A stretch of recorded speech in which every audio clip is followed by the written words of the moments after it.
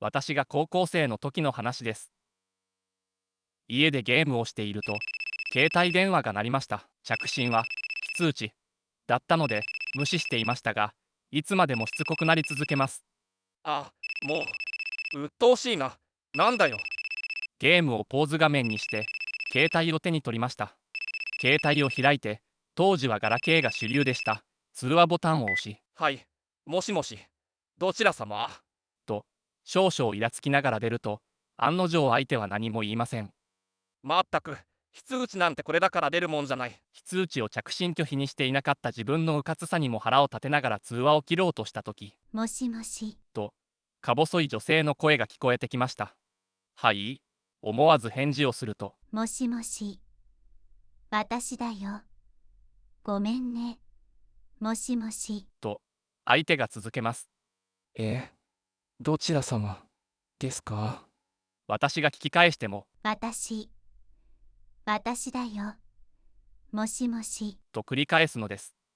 やっぱりいたずらか、と思ったのですが、ふと、姉ちゃんの声に似てる。と思いました。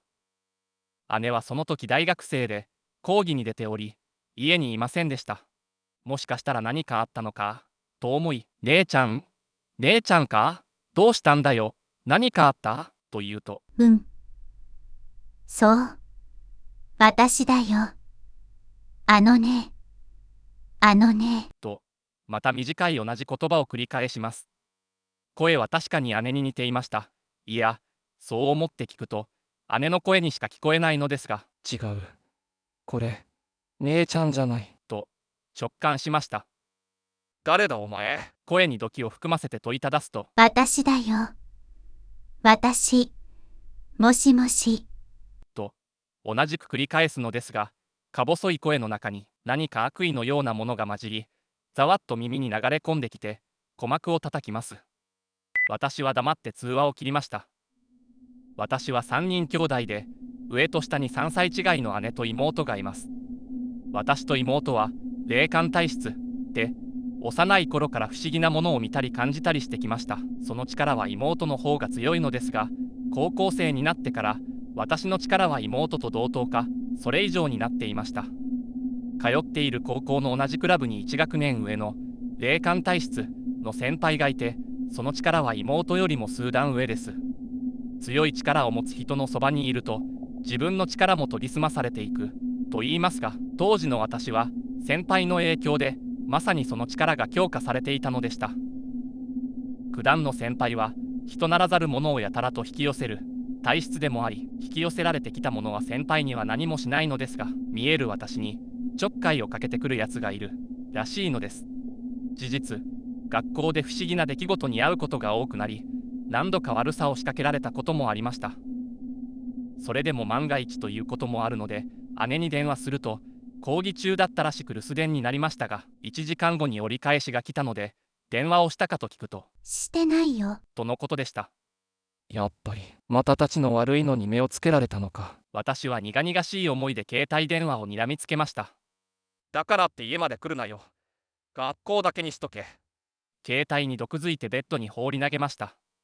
その後、電話がかかってくることはありませんでした。非通知拒否設定にしたので、それが効いたようです。普通だったら、非通知拒否しても関係なく着信し続けるというのがああいう連中の常套手段だと思っていたのですが、あまり力の強いやつではないのか、ただ諦めたのか知りませんが、一安心です。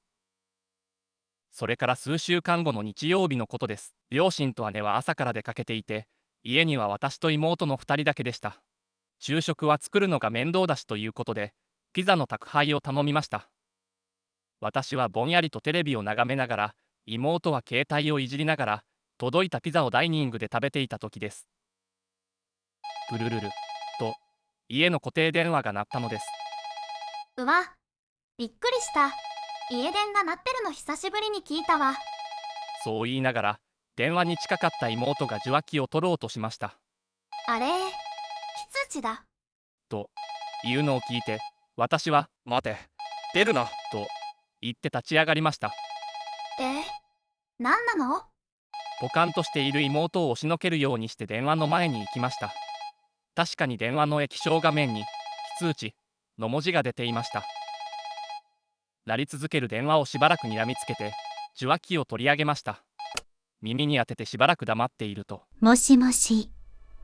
私だよ。姉の声でそう言います。こいつ家電にまでかけてきやがった。頭にカッと血が上りました。総和口を手で押さえて怪げそうな妹を振り返り、ちょっと姉ちゃんに電話してくれないか。今どこにいるか。なんで？いいか。そう言うと妹は何か察したのか、すぐに自分の携帯で姉に電話をかけました。受話器の向こうでは相変わらず、もしもし。私だよ。もしもし。ね。と繰り返しています。あ、もしもし。お姉ちゃん？ごめん。ちょっと聞きたいんだけどさ。姉が出たらしく、妹が話しているのを聞きながら受話器を握りしめました。ふつふつと怒りがこみ上げてきます。妹が電話を切り、笑顔でうなずきました。それにうなずき返すと、一度深呼吸して、お前の手口はもう分かってるんだよ。うぜえから二度とかけてくんな。と押し殺した声で言ってやると、向こうはしばらく沈黙し、チッと舌打ちをして通話が切れました。私が受話器を置くと、一体何事よ。妹が聞いてきました。一度目の電話があってから、私は九段の先輩リカさんに相談していました。そうなんだ。私の話を聞いたリカ先輩は腕を組んで考え込みました。すいません。変なこと聞いて。いや、いいんだけどさ、非通知拒否ったのはいいと思うよ。相手にしないのが一番だから。そう言ってちょっと首をかしげました。お姉さんの声を真似て、それに君が返事しちゃったから、もしかしたら向こうは味を占めたかもしれないね。無言で切った方が良かったですかね。やっぱり。それがベストだけど、でも最初はそんなのわかんないし仕方ないよね。ただ先輩は切れ長の目を少し宙に漂わせてから、もしまたかけてきたらガツンと言ってやってもいいかもね。うぜえからかけてくんなとか。そうだね、しつこいようならそれくらい言ってやってもいいかもしれない。それとそいつとの関わりは君だけで完結させておいた方がいいよ。妹さんも同じ体質なんでしょ？もし妹さんが関わったら今度は妹さんの方に行くかも。わかりました。まあ大丈夫だと思うけどね。リカ先輩はそう言って口角をキュッと上げて笑いました。と、まあそういうわけだからお前も気をつけろ。なんなのよ。今さらもっと早く言ってよ。いや、まさか家電にかけてくるとは思わなかったから。ま、いいけどね。別に非通知なんて最初っから出ないから。念のため固定電話も非通知拒否に設定しながら、姉ちゃんにも注意しておいた方がいいかなと私が言うと、大丈夫でしょ。お姉ちゃんは全くのゼロ感だし、大体非通知でかかってきた電話なんか出ないよ。女なら常識と妹は笑いました。その後そいつから電話がかかってくることは二度とありませんでした。姉と妹は今も元気です。